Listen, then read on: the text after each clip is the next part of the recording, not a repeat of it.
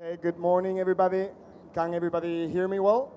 Okay, I think we're gonna make a start. Welcome to the Spanish Pavilion. It is a pleasure to have you all here to discuss a topic I think is central to the current state of the climate agenda and ongoing deliberations here at COP30, the interplay between security and climate and how a highly volatile, unstable, I think our British friend is actually joining. If someone There we go. Welcome. We're just starting now, so you haven't missed anything. So yeah, welcome everybody to the Spanish Pavilion. Interplay between security, highly unstable, volatile geopolitical scenario, wars, trade-related, and skirmishes between major powers. Climate doesn't operate in a silo anymore, so understanding how security determines how we push forward and bring forward the climate agenda, I believe to be of crucial importance at this COP30. I'm joined by a great lineup of speakers at this panel.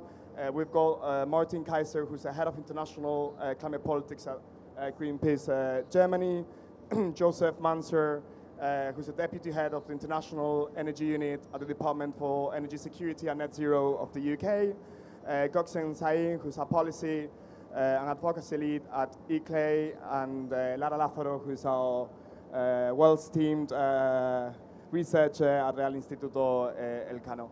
So before I give the floor to the speakers and we delve into the many questions related to the topic, just to set the stage, security and climate, we see how energy is increasingly becoming a tool in the geopolitical tensions between major powers. We saw it first very clearly in the European Union and beyond, following Russia's invasion of Ukraine, and how natural gas was used as a geopolitical tool by Putin, which actually moved the European Union to accelerate the energy transition, open for discussion.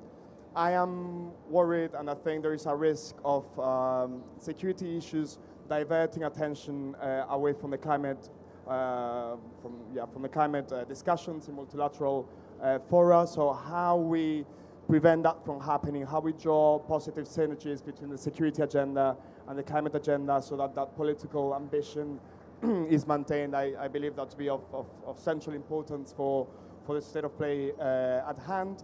But then parallel to that, the impacts linked to climate change are exacerbating and are clearer than ever to societies everywhere. So when we speak about human security, when speaking about security of physical infrastructure, economic fabric of all societies everywhere, I think understanding those climate risks as part of our national security strategy, I think is at the forefront of how we should be framing security in the 21st century, as the impacts of climate change are more visible than ever. So that's the stage, sort of like a very quick introduction, so I can jump straight to Joseph. So my first question, so we can start the conversation.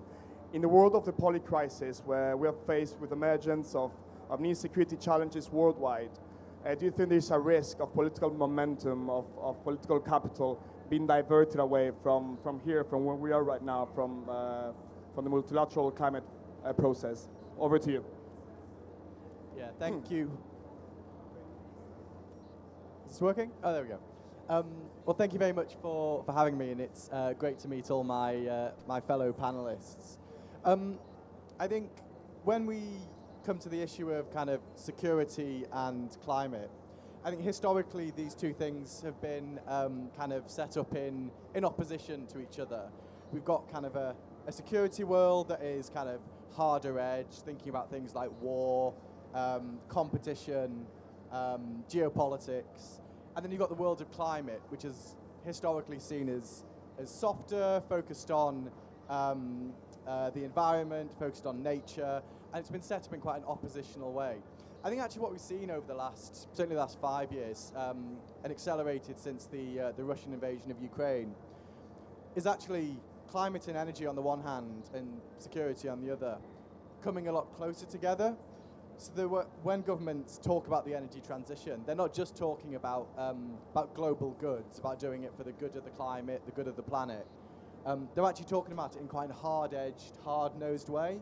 So if you look at the UK, from our perspective, if you listen to our Secretary of State for Energy, if you listen to our Foreign Secretary, listen to our Prime Minister, when they talk about energy, it's very much framed in the context of clean energy being the route to energy security, to protecting ourselves against the global instability that we're seeing at the moment. So actually I think we're moving towards a world where the two worlds are actually coming a lot closer together than they have been historically. I think the last thing I'd say, just by way of framing, is that security means different things to different people. I think if you look at domestically in the UK at the moment, the climate of instability that we have at the moment actually means that for a lot of people, security for them means being able to afford the energy that's kind of coming through their radiators, coming through their heaters. So the price of energy is actually really important. If you look at large amounts of people in sub-Saharan Africa, for them, energy security means just energy access, being able to have access to clean, affordable, sustainable energy so that they can go to work, so that they can feed their children. And so I think in this climate of instability that we're seeing at the moment, I think what we need now is a narrative that actually brings the two worlds closer together and says actually homegrown, clean, sustainable energy is actually the way that we start to insulate ourselves from the climate of instability that we're seeing at the moment in a world where I think 80% of people are dependent on imported fossil fuels and all the risks that entails. Homegrown clean energy, I think, is increasingly actually the way to energy security. Yeah, thank you. Thank you so much. I completely agree that local ownership of what security actually means in terms of climate. Martin, we'll get back to the local vision of it, but I wanted to ask you, so climate does not operate in silos anymore, and climate and multilateral climate diplomacy can actually become a tool to promote more stable international relations that prevent conflict and geopolitical instability. How can we at this COP30 and beyond make sure that's the case? How can we employ climate negotiations as a way to promote that rule-based international order? Yeah, I mean, as you said good morning everybody, first of all, glad to be here. And what you said in your introduction, I think the major topic in many countries, also European countries, about security, about economy and migration. And all three of it are heavily interlinked with climate change and the climate crisis. And to get out of all of that, I think it needs to have coherent strategies to define it. And coming from a country which was really hit hard by Putin's aggression against Ukraine, because Putin built a wonderful pipeline to our country for fossil gas. And out of the sudden we realized that we are dependent on a dictator which also being aggressive against the Ukraine. And that shifted the public perspective about imports of fossil fuels big time. And that's also a major opportunity for us here in Belém to say how can we get independent from autocracies, how can we get independent from imports of oil, gas, coal and nuclear, and being self-independent on the energy side.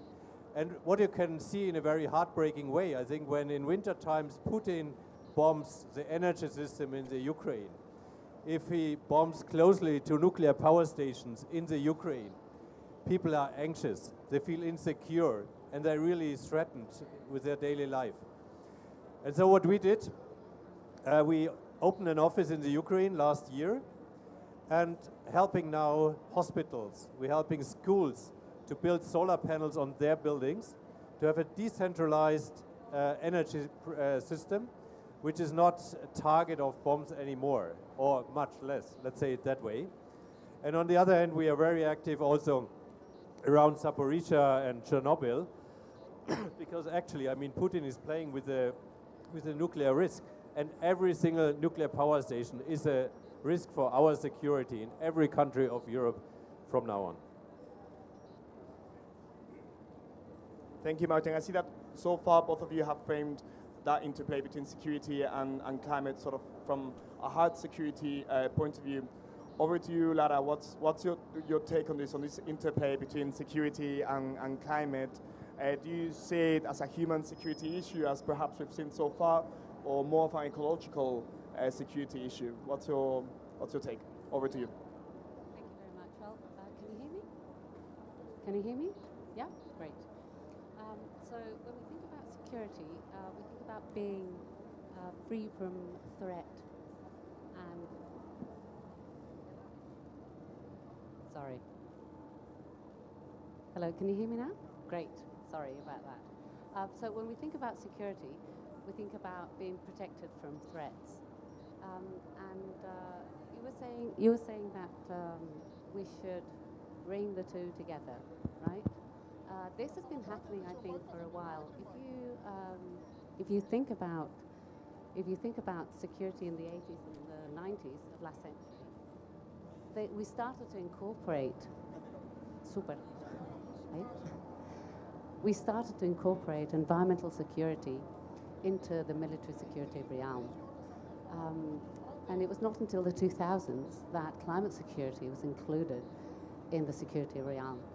But from then onwards, we see different national security directives and national security strategies that include climate change as one of the axes of their action and remit.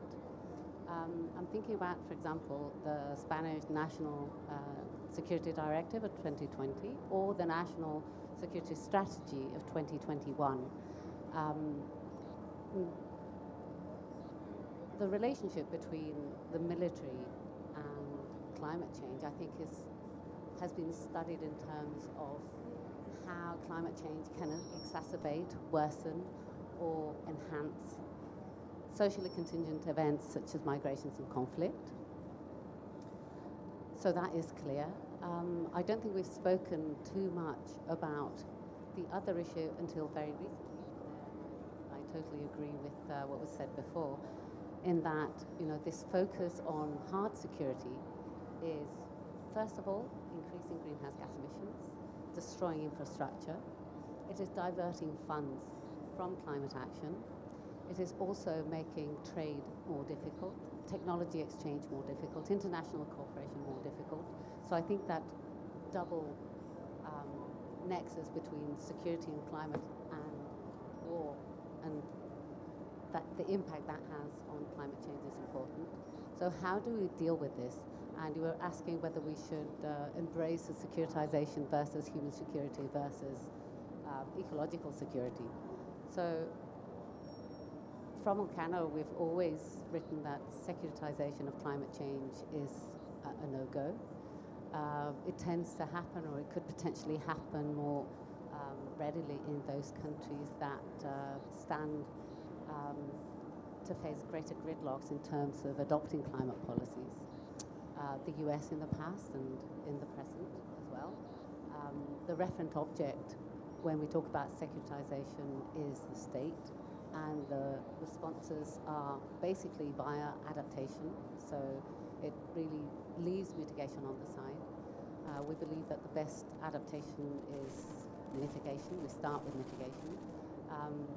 Both the UN, the EU, the IPCC, Spain all embrace a human security and individual security perspective to climate change. As I was saying, our national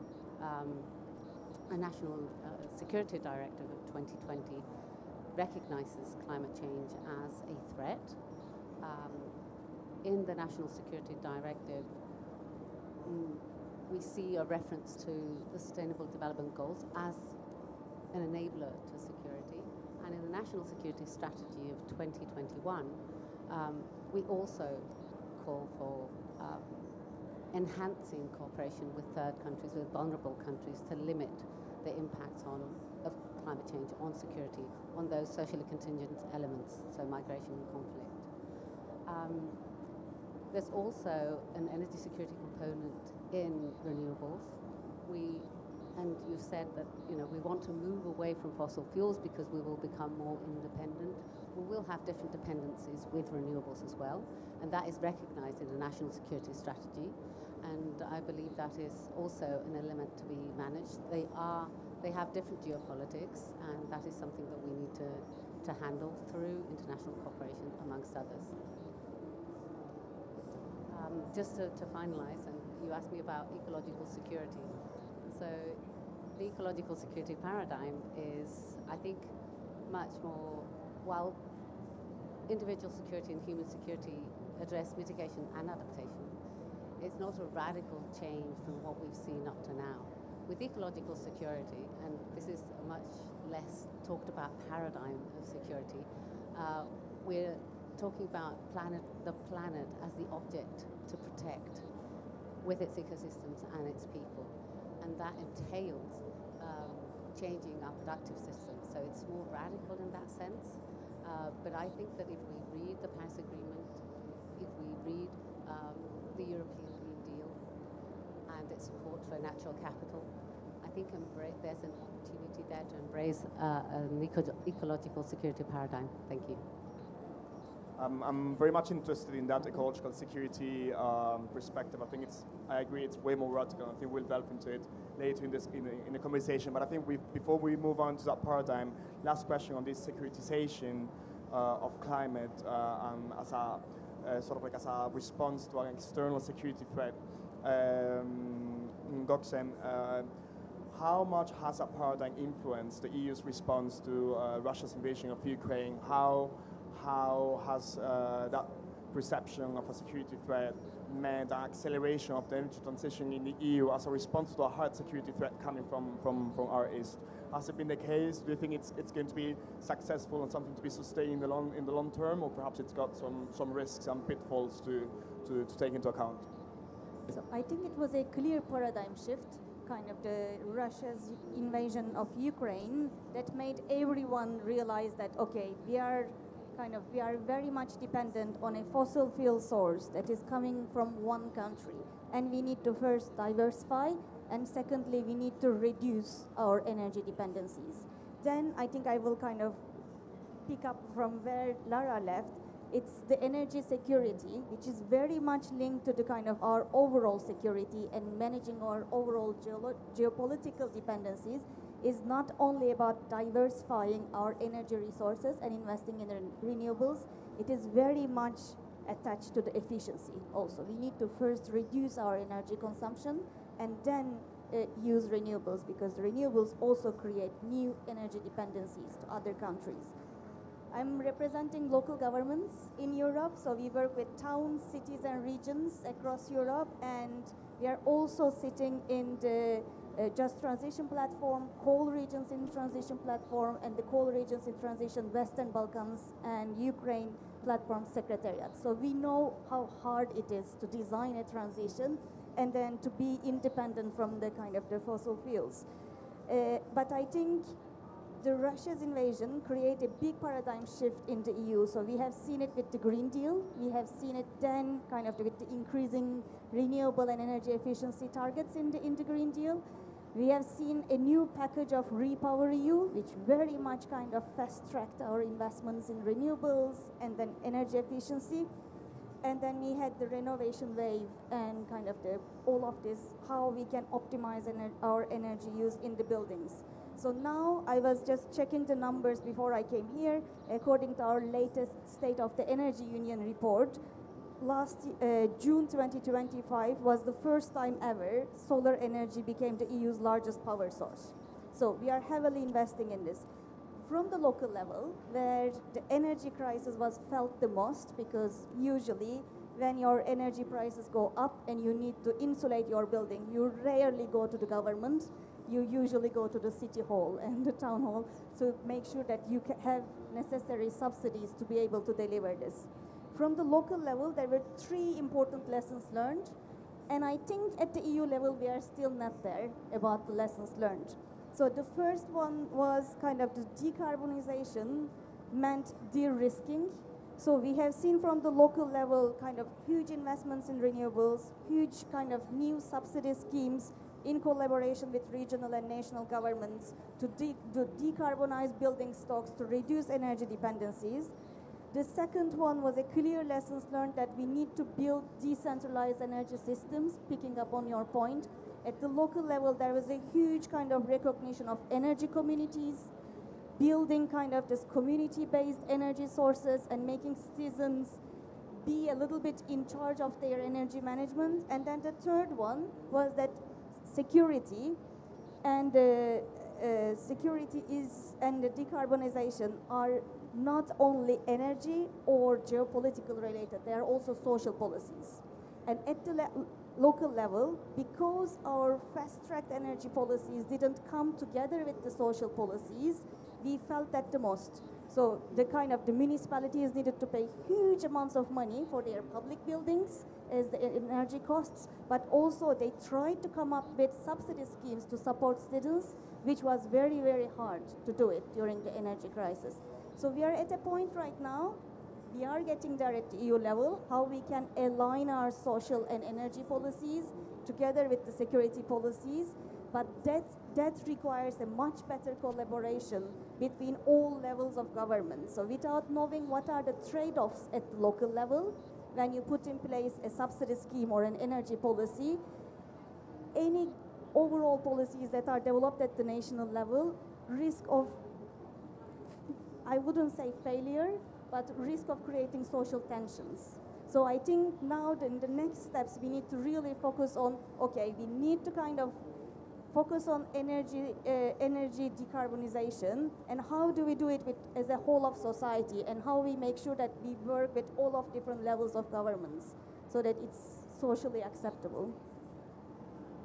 In social policy, we see recent backlash in Brussels against the Green New Deal, incorporating that social perspective so that that social acceptance is there. I think really pivotal element to the discussions.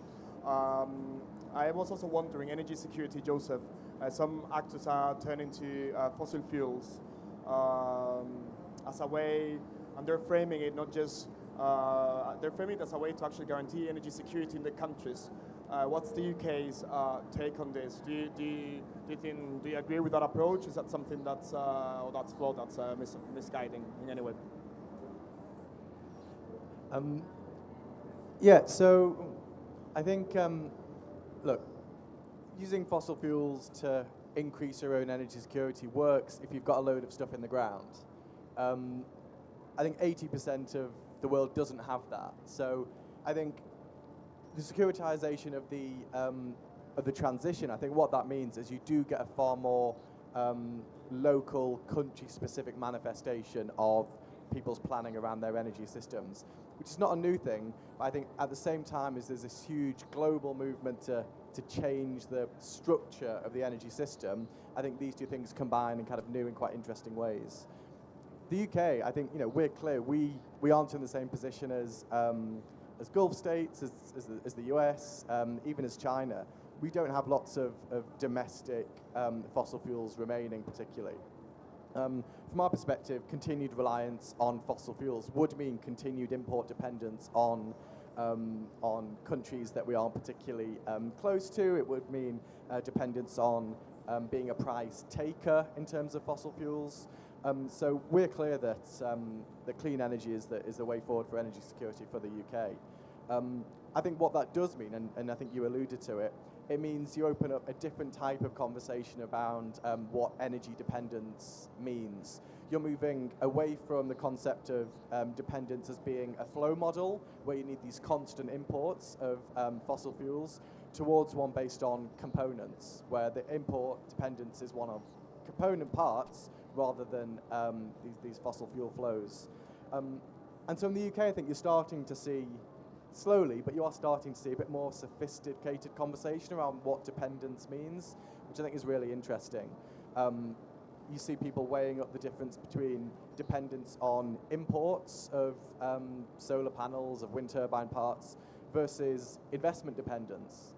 Is it better to be building things in the UK if it's still Chinese companies who are building those parts? Is that different from if we're importing those parts from China? And so I think actually the conversation is becoming a lot more sophisticated. But I actually think we have moved from a better position 10 years ago, where the conversation I don't think was quite that mature. I think it would also worth asking the question of whether trade-related, the trade dimension also influences the way most European states actually have the capacity to move forward with that agenda of autonomy, vis-a-vis the US and vis-a-vis other tensions surrounding this conversation. Martin, I think we've touched upon the question, upon the element of public acceptance driving a socially just transition. Even if we've got that security umbrella sort of supporting the implementation of the green agenda, how do we gather that public support in the face of all the backlash we're seeing, the rise of populist movements, which are, in my opinion, I think the most severe threat to the climate agenda in the European context? How do we move beyond those short-sighted narratives that populist far-right movements are, pushing forward and gather that social acceptance around climate and energy policies? Yeah, I think this is one of the biggest challenges we are facing in so many countries. And one way out is to talk a little bit about the facts. And sometimes we are in a very emotional and irrational debate. For instance, when President Trump asked NATO countries to get up their military spending to 5%, it's completely irrational. It's not based on any analysis. It's just a number he put out, and everybody is trying to run behind that. If you break that down, and you have probably done that for the UK and for Spain and other countries, I mean, it would eat up more than half of the annual budget for Germany, for instance. It's insane. You cannot even guarantee public services of all kinds, and that would create another anger on the infrastructure side, on the health side, and even on the climate risk side. So we, with the study, made clear that Europe is not badly positioned in terms of defense, but it's way better coordinated and strategically aligned. That's the first step. And rather than to put more and more money into the defense, to look first, where are we? And that's, I mean, when we see it in this conference and we see it in the domestic debate, you can mitigate the agitation from the right-wing populists big time when you become concrete, when you can offer subsidies for especially people with low income to make the transition in the moment they have to buy a new car or they have to change the heating system.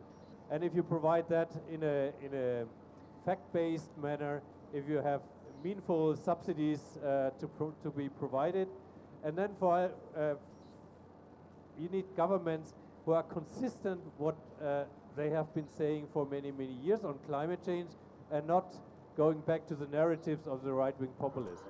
And that's a collective effort, and we see it once the government is not clear and not behind, and we see it right now at the European level where so many policies are taken back by the EVP party and by the right-wing populists, what we saw yesterday.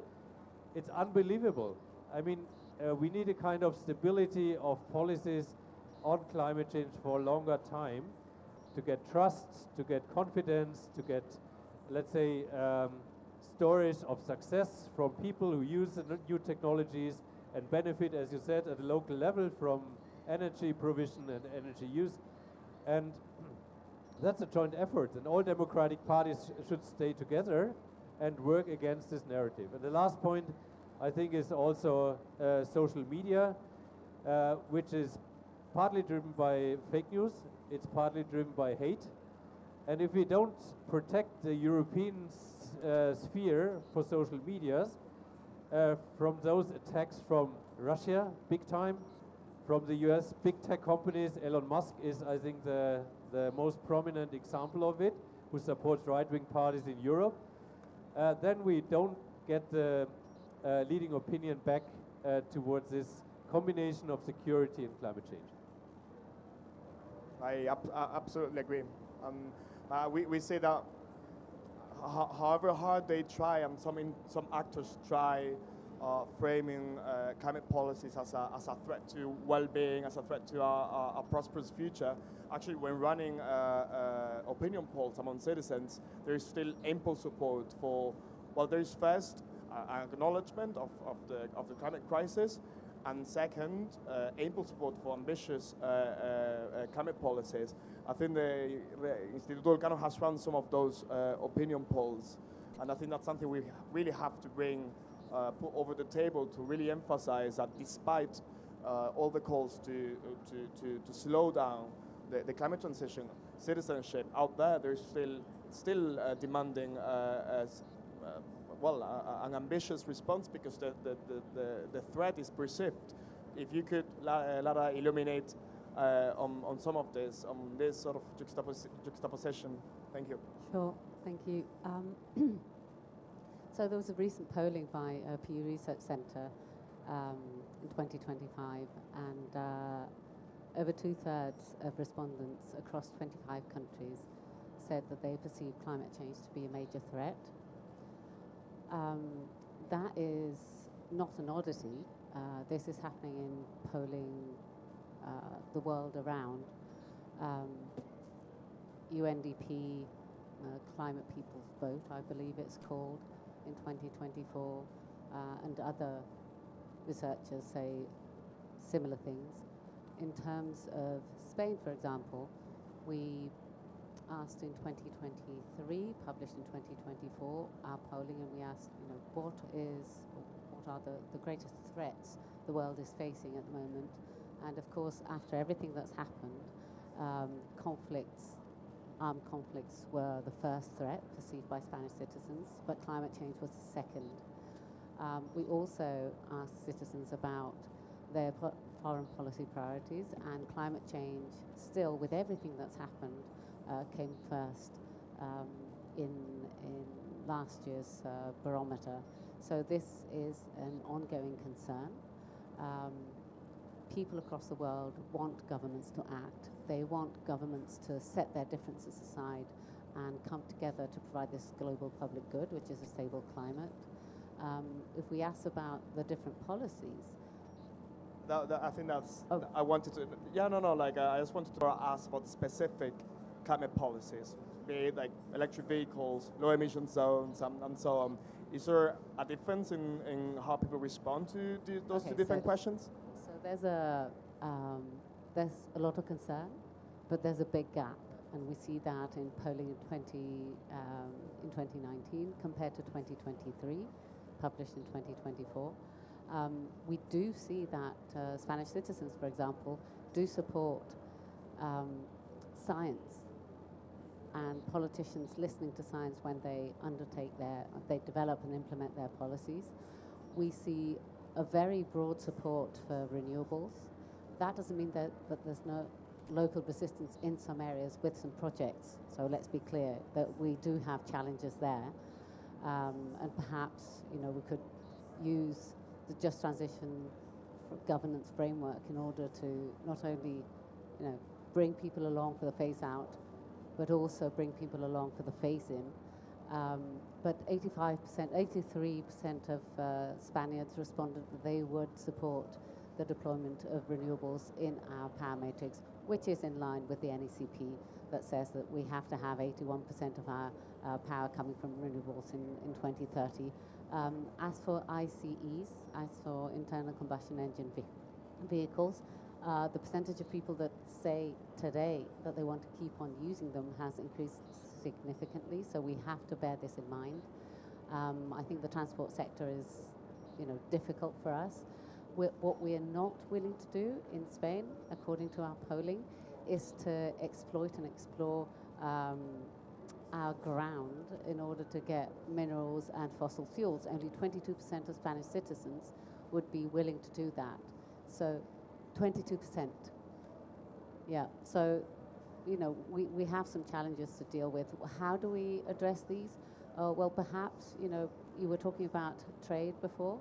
Perhaps not only thinking about friendshoring and nearshoring, but also greenshoring.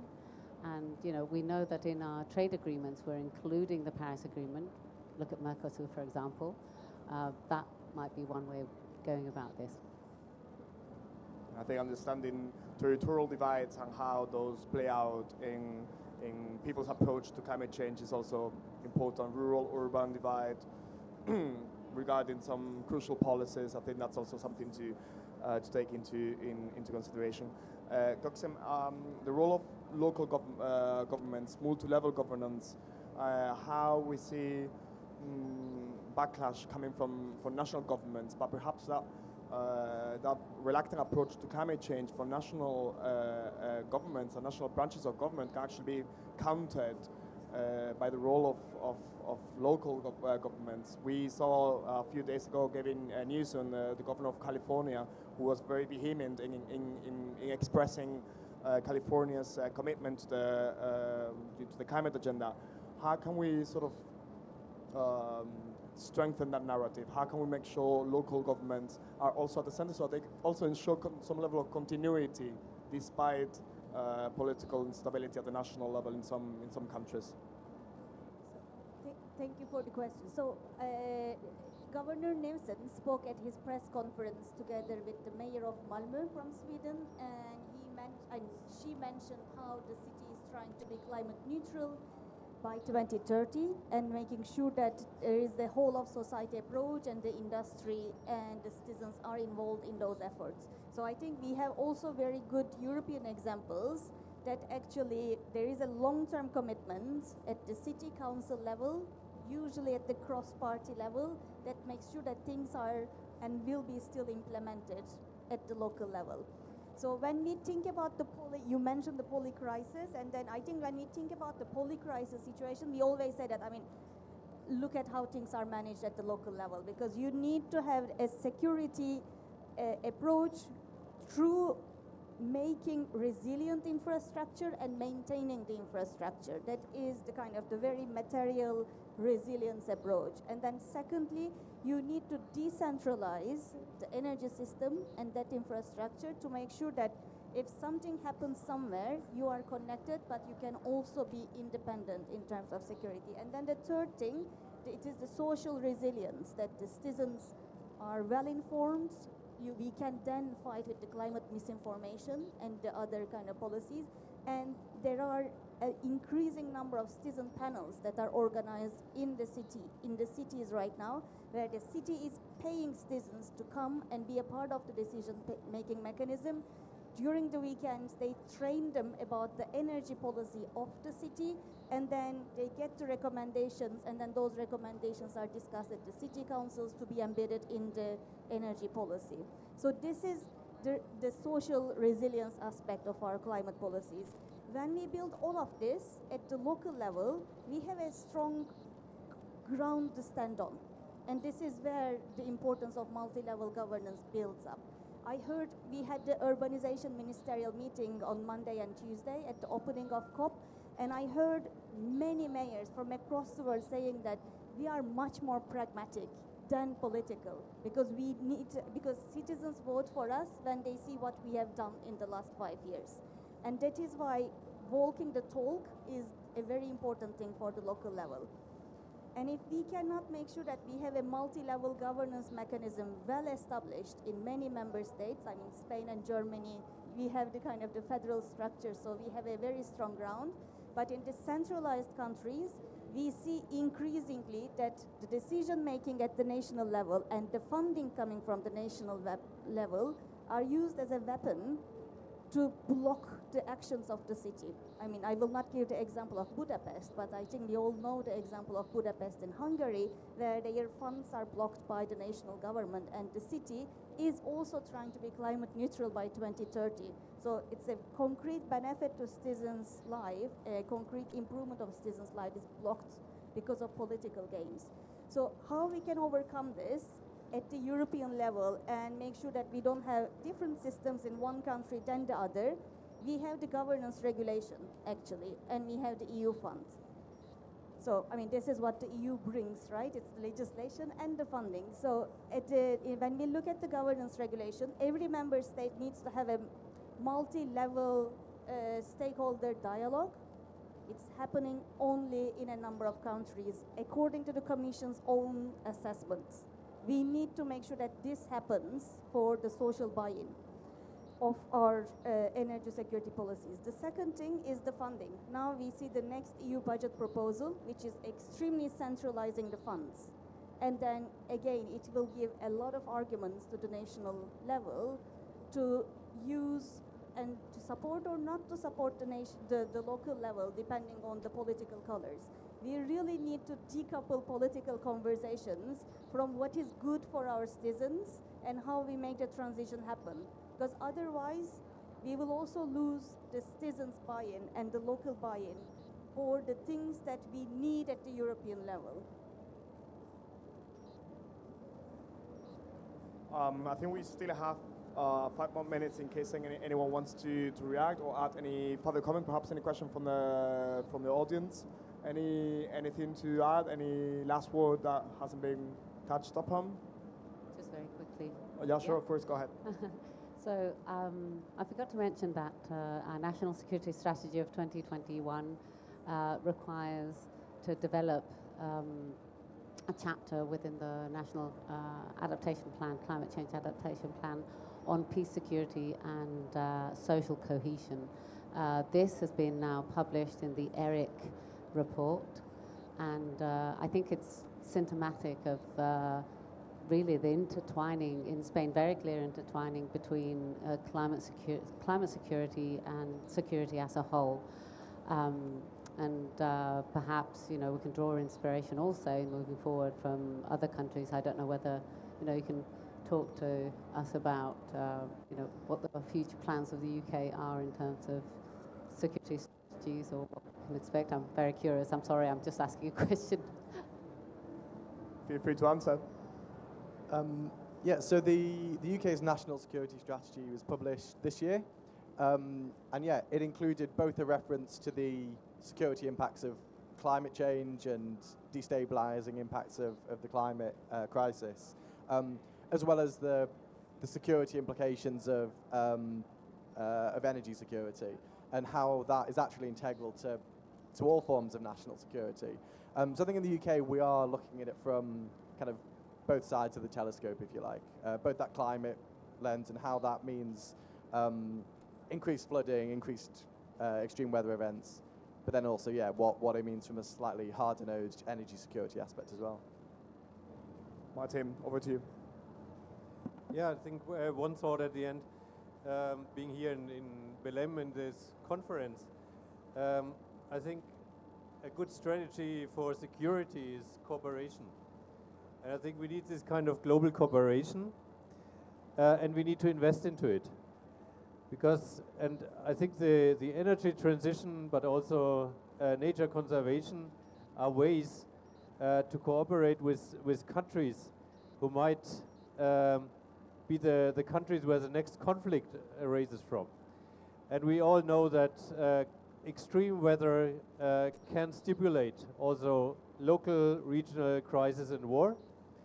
So they ask for supporting the Amazon Fund, supporting the energy transition in other countries, supporting adaptation in many countries is not only an obligation and responsibility we all have, but it's also a way to establish a new way of cooperation at a global level, which is a safety net against wars and crises coming from those countries who really want to make the world kept dependent on fossil fuels. And the more concrete we phase out fossil fuels now from Belém towards the next years to come, the more this cooperation and the new let's say the new arrangement in this climate area can be the future for many people. Maintaining climate cooperation and climate diplomacy where multilateralism is failing somewhere else. I think that's important. I think we've touched on many elements regarding that interaction between security and climate, ecological security, understanding the risks, understanding the impacts, bringing security closer to people's lives through a good implementation of social policy linked to energy and climate policies, understanding security as energy security through energy sovereignty and cutting off dependence from the import of fossil fuels. I think really interesting and rich conversation. Thank you very much to everybody. So we can wrap it up here. Thank you.